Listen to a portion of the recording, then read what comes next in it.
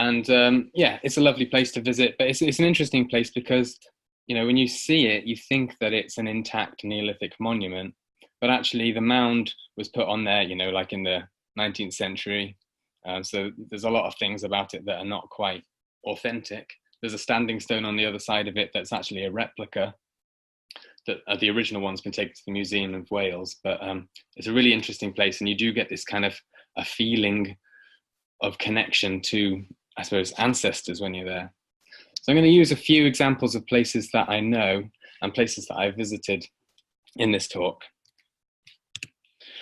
Okay, and just referring back to these two guys that we've been talking about this whole time, I'm going to be, we've got Durkheim and his idea that sacred places are created by people, or sacred things are created by people, that the sacred is really the social. When we're worshipping sacred things, we're really worshipping society, which is an okay idea. And then we've got Eliade on the other side, who says that there is something that is actually sacred that's out there beyond us, separate from us, that we can kind of commune with. What I'm interested in doing with this little talk is going down Eliade's route and exploring some ideas about this, the sacred as a thing that's out there. Okay, so we've got his concept of the hierophany that we've can. I like the idea that it's a manifestation of the divine, or a manifestation of the sacred, or of whatever it is that we want to call it. I don't think any of these words that we use actually, capture the essence of what this thing is that we're talking about. But I think maybe numinous or something like that. But it's a tricky one. So basically, this is the idea that there is something external, that something that almost dwells in the land, and it's something that we encounter.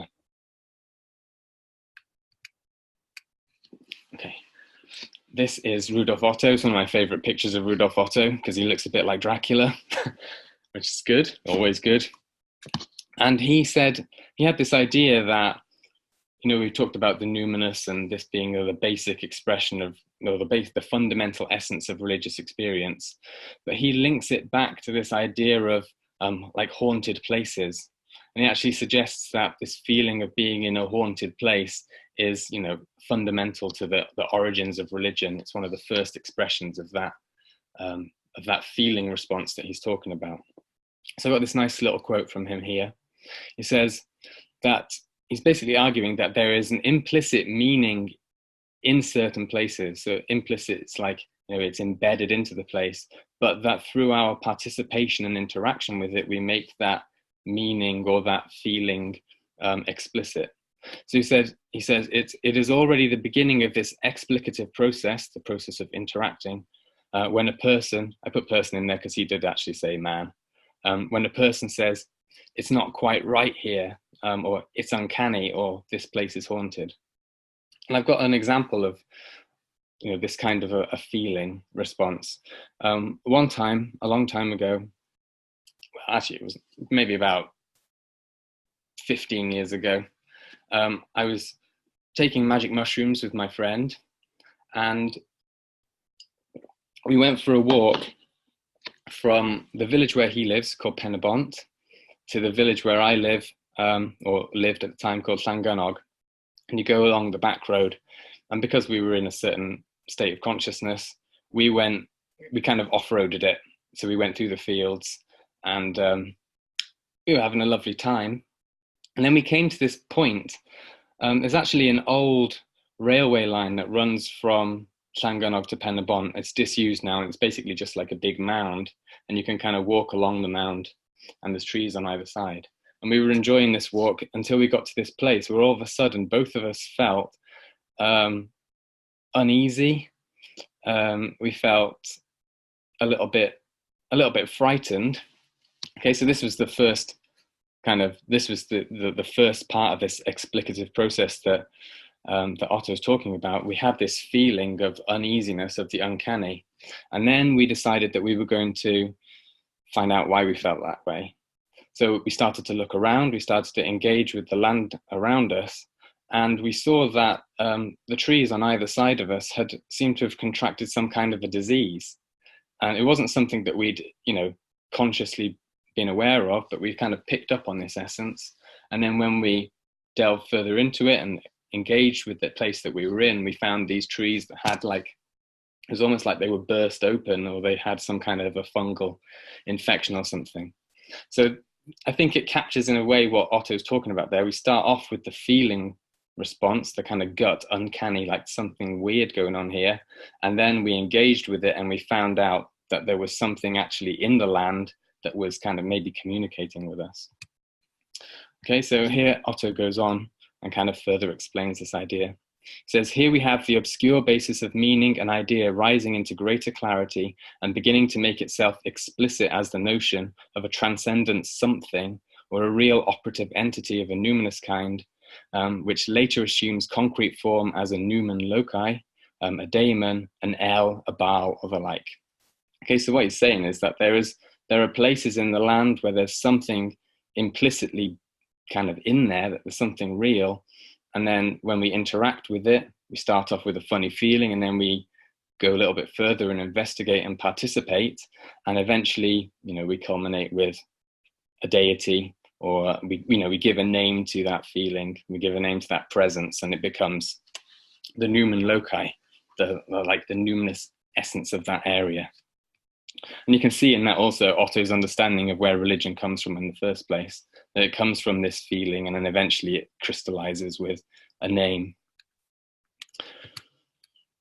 This is another idea that I think is important to think about. This is the Norwegian philosopher Arne Næss. He was the founder of the deep ecology movement. I suppose I'll explain very briefly what deep ecology is. He made a distinction between shallow ecology on the one hand. So when we think about, how we get told that we need to recycle and all of that kind of thing, we need to turn to electric cars and whatever in order to protect the environment. He considers that a shallow ecology because basically what we're doing is preserving our current way of life, but just changing it slightly. And so what he means by a deep ecology is a total reevaluation of our place within the environment or within the ecosystem that we're living in. So deep ecology is like you could almost think of it as like an ontological shift. We're thinking about our place in the world in a completely different way. And that's the kind of change that he thinks that we really need to make ultimately. And then within this concept of deep ecology, he talks about an ecosophy. And this is an extract from one of his essays, and it's cited in this book by Drengson in Inouye. It says, by an ecosophy, I mean a philosophy of ecological harmony or equilibrium. He goes on to say that the detail of an ecosophy will show many variations due to significant differences concerning not only the facts of pollution and all of that kind of stuff, but also value priorities. And what he's really saying is that what we need is a kind of a philosophy or a worldview or a way of understanding the world that emerges from place. And the way I usually think about this, when we think about industrial agriculture and monoculture crops and all those kinds of things, it's kind of like he's saying we can't just take that monoculture and apply it to everywhere in the world because the place that we apply it to is different. But unfortunately, this is exactly what we see, that this idea of industrial monoculture agriculture gets placed on top of the Amazon rainforest. It gets, we end up with whole swathes of intact ecosystems replaced with one single crop of sugar or, palm oil or those kind of things. He's saying that this is totally the wrong way of thinking about it. We should be developing our philosophical systems to be rooted in very particular locations. So we're going to have a lot of different kind of worldviews or different perspectives emerging from particular locations. If that makes sense. Give me a thumbs up if it does. Great. Okay. Right, this is kind of an extension of that idea of an ecosophy. So I don't know if we've encountered the idea of the transpersonal before. Probably have. It's the idea that we can have experiences that go beyond our personal selves and that maybe put us into contact with something else that's out there. And a philosopher of science, Mark Schroll, he does a lot of writing on psi research, parapsychology, altered states of consciousness, all those kinds of fun things. And what he's really interested in is how we can incorporate all of that into our models of reality. So although, Arne Næss is saying we need to incorporate our local environment into our philosophy of place, Schroll is also saying that we need to expand on this and also include these transpersonal elements as well. So he just extends on Næss's definition and argues for an ecstatic visionary philosophy of ecological harmony. So it includes these more, transpersonal elements of experience as well, and suggesting that, when we develop our ecosophy, when we develop our philosophy of place, that we want to be open to those other elements as well, beyond the physical things that we can directly observe in the landscape. So now I'm going to use this idea of topos and chora again. This comes from an article by Paul Devereux and Stanley Krippner. I'll talk a little bit about Paul Devereux in a minute. I'm not sure whether they're using a slightly different understanding to what Bernadette was talking about before, but this is how I'm understanding these two concepts. So they argue that the Greeks had these two terms for place. We've got topos and chora. Topos signifying the simple location, like when we talk about topography. So, literally the physical structure of the land. And then chora refers to more subtle aspects of the place. So that would be the elements that trigger our memory, our imagination, our emotions, and also that conjures this, like the mythic and the story, the narratives. Okay, so I don't know if it's a slightly different understanding from what we were talking about a minute ago, but it's also quite a nice way of thinking about the land, that there are these two ways that we can look at it, as just the physical or as the emotional and the, I don't know, spiritual, you could call it. I got a little bit on phenomenology of landscape there, but we're going to talk about that in the next session, so I'll leave that for now. So this is what I really want to think about, is the possibility that there might be something actually in the land that enables these kinds of experiences, these hierophanies to take place. And I know I'll come back to this, but some people might think of this as kind of like a reductive way of thinking about it, but that's not really my intention. So I want to just draw your attention to the work of Michael Persinger. I don't know if anyone's ever heard of him before. He died last year, but he was a neuroscientist in Canada. And most of his research, again, was in parapsychology and those kinds of fields, and eventually what emerged as neurotheology. And he and his colleagues invented this helmet that basically, it emits very weak electromagnetic waves around the brain. So you put it on, and it's just very subtly stimulates the temporal lobes. And there was lots of research to suggest that the temporal lobes, like with temporal lobe epilepsy and all those kind of things, that they were in some way involved in mystical experiences or paranormal experiences and transpersonal experiences. So that's what they were interested in investigating. And interestingly, what they found was that for some participants, but not necessarily all participants, it would induce sort of visions. It would induce a sense of presence, or they might hear, auditory hallucinations and those kind of things.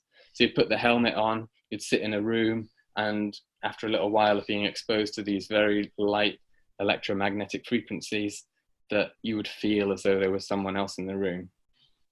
It didn't work for everyone though. Richard Dawkins famously had a go on it, and he didn't experience anything, which makes you wonder again about the Durkheimian side of things as well. Or Richard Dawkins' frontal lobes. Right. So it's an interesting idea, and it's quite controversial as well. People who are deeply religious say that it's kind of explaining religion away, and other people like me might suggest that actually it's a part of the process of having these kinds of experiences. And then they did further research on the role of things like infrasound. So I don't know if you've heard about these ideas that haunted houses that it might be something to do with really low frequency things going on, rumblings and stuff that makes people feel sick and queasy and all that kind of thing. And also the effect of, subterranean radiation and radon and all of that kind of stuff. and the possible effects of those on consciousness. So this is where we're going to briefly talk about Paul Devereux. He had this interesting idea back in the 1970s that certain UFO experiences might actually be the product of an interaction between human consciousness, the human brain, and radiation or electromagnetism in the landscape. So we know that there are certain areas that have higher background radiation and things like that. So perhaps if you stumble into these locations, then you might not be expecting it, but something affects your brain, and then you have these kinds of experiences. So he wrote this amazing book, Earthlights. Here it is. And basically, a little summary. He says, what are Earthlights? Well, they certainly have electrical and magnetic attributes, and some form of plasma is assumed. Modern witnesses who come close to Earthlights typically report hallucinatory episodes, suggesting that magnetic fields are known to be able to affect parts of the brain. So, that he's using these ideas of people like Michael Persinger and others, and expanding on them to try to understand, a wider range of these interesting experiences. So this is where I'm going to use a couple of examples. And basically, I'm rushing through this because I can see on my clock that time's running now. But this idea of there being something in these locations that we interact with when we participate, and it allows us it expands our consciousness perhaps in some way, or opens us up to whatever it is that's out there. So this is the Roman Dream Temple at Lydney down in South Wales. It's more or less like Gloucestershire, that kind of area where the England and Wales mingle together. It's an amazing place. If you go there, there's a gardens, lovely gardens full of enormous rhododendrons, just huge. And there's like a few nice Roman statues and things. But then you climb up the hill to the top of the hill, and the remains of this dream temple are there.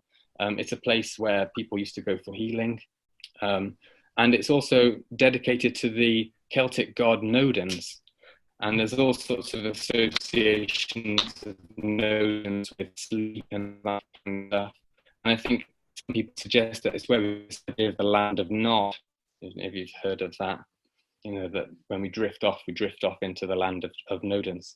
So I think this site's interesting because the people who were there, obviously, who built this temple, obviously picked that particular area out for some reason, perhaps because of this association with the Celtic deity. And then there's also this association with altered states of consciousness, because dreaming is obviously an altered state of consciousness that we all experience. So perhaps by channeling our altered states and having them in particular locations, maybe we can come into contact with the numen loci of the place. This is another interesting example, the Fairy Glen in Betws-y-Coed. It's a funny place because it's called the Fairy Glen, but from what I've read, there doesn't actually seem to be any folklore associating the place with fairies. So it's more like the place has it's been labeled as a fairy glen to attract tourists. But when you go there, it has this otherworldly quality. And I think this has got something to do with places that are inaccessible to humans. So you couldn't build here. It's not a very human-friendly place. The river through steep rocky cliffs on either side of it. So it's kind of untouched. And it's just interesting that this association with this untouched, wild place that humans can't really access has been labeled as a fairy glen. Something that I want to tie into this, and something that I'm interested in at the moment, is the relationship between these kind of liminal places between, if somewhere human civilization reaches up to a point and then there's a threshold and then we're into the wilderness. And there was recently a survey of contemporary fairy sightings called the Fairy Census. And I did a little bit of an analysis on this. I found it's something like 20 to 30% of the fairy encounters in there were described as taking place down at the bottom of the garden, which is this, we talk about fairies down at the bottom of the garden. It's just a part of what we talk about, our folklore.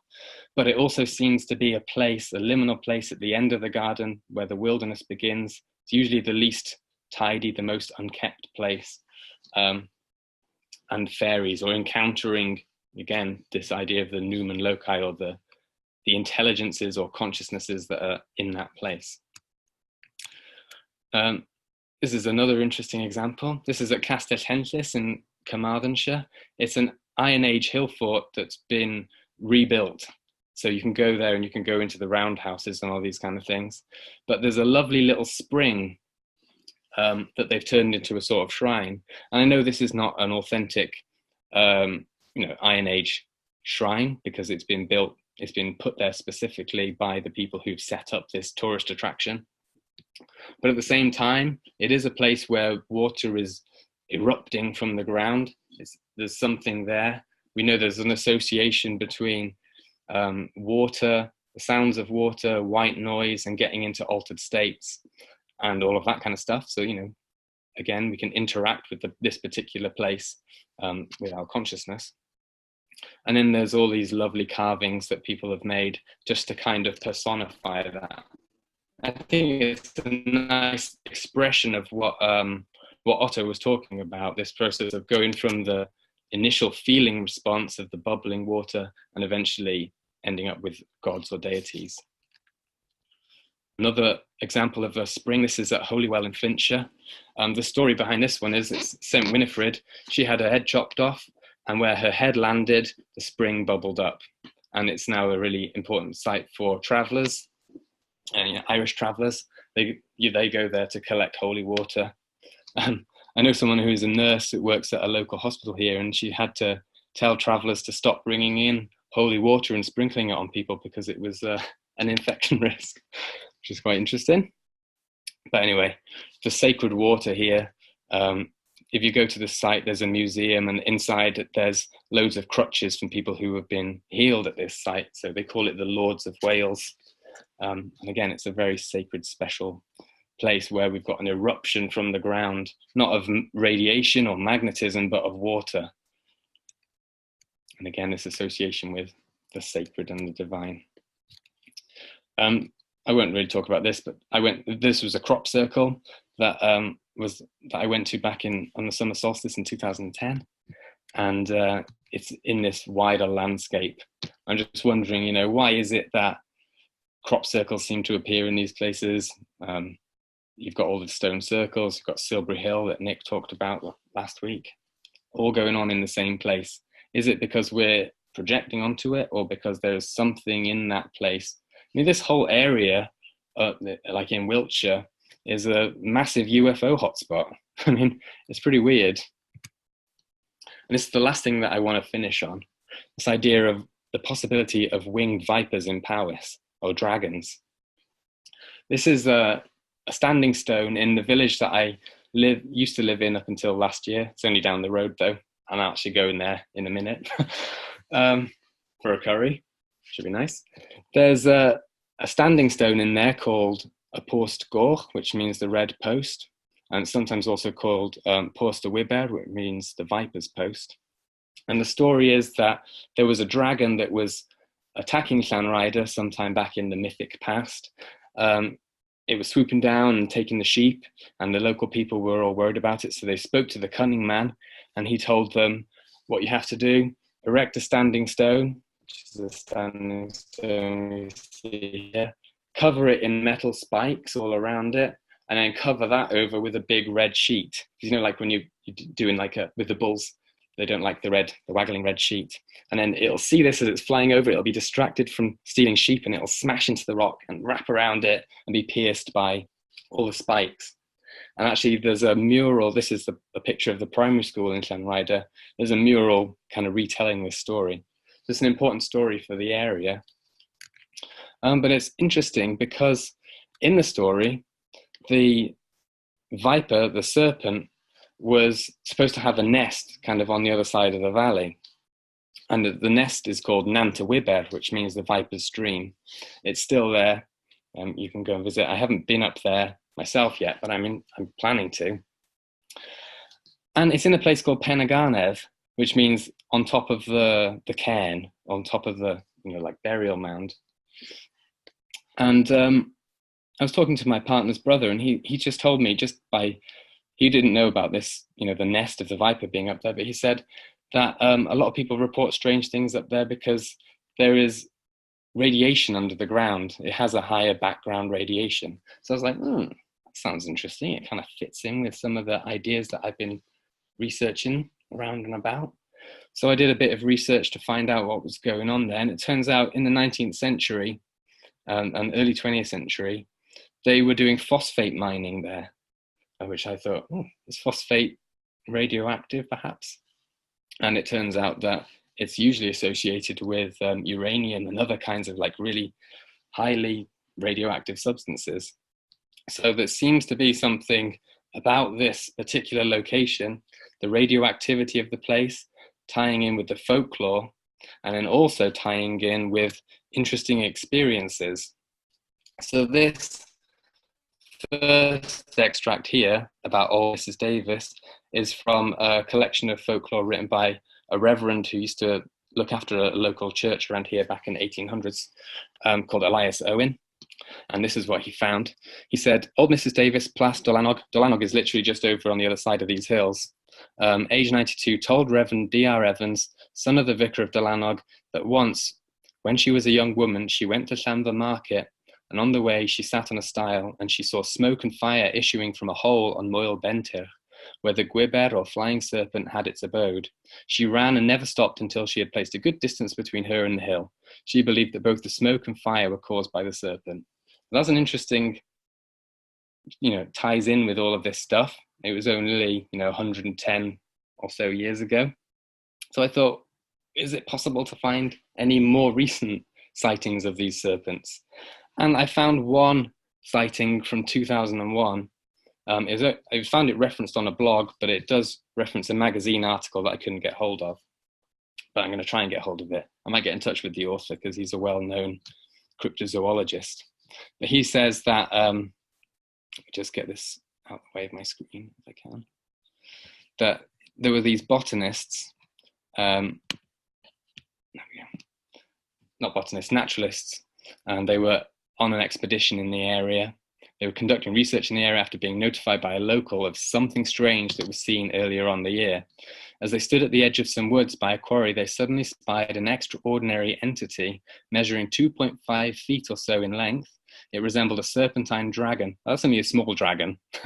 A serpentine dragon with 4 short limbs, but its head was shaped very like that of a seahorse, and it was airborne, undulating and wriggling as it flew, about 10 feet above the surface of the quarry. Again, we've got this association of the quarry and the caves in a wide circle. They were unable to recall seeing any wings, but it had a long tail that terminated in a pair of horizontal whale-like flukes. The entity was green in color and shimmered somewhat, but appeared solid, not translucent or ethereal, and they watched it for 3 to 4 minutes at a distance. Okay, so this is, I'll just quickly conclude here, if I can. I don't want it to come across as a reductive way of thinking about hierophany and the power of place. I don't want us to think that we're kind of explaining it away in these terms, saying, it's just a hallucination or anything like that. We need to think about these things more complexly. We've got the interaction of people and landscape and weird psychophysiological effects and all that kind of stuff.